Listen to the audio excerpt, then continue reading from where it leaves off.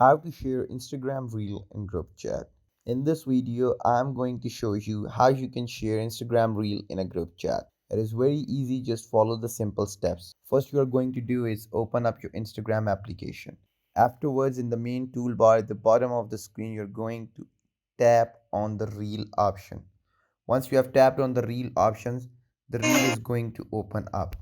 Once you have opened up the Reel, you're going to tap on the right bottom corner in the send to. A new dialog box is going to appear in which you're going to send this reel or video to anybody you want to. You can send it even as an individual, and you can also send this by making a group. You can create a group by the following means. Here you're going to name the group. Afterwards, you're going to add them, add the people you want. Now at the top right corner, you're going to tap on that tick mark and you'll make a new group. Not only you are going to make a group, but this reel would be sent to the people in the group. So this is how you send a reel to your friends and your followers on Instagram individually and in a group.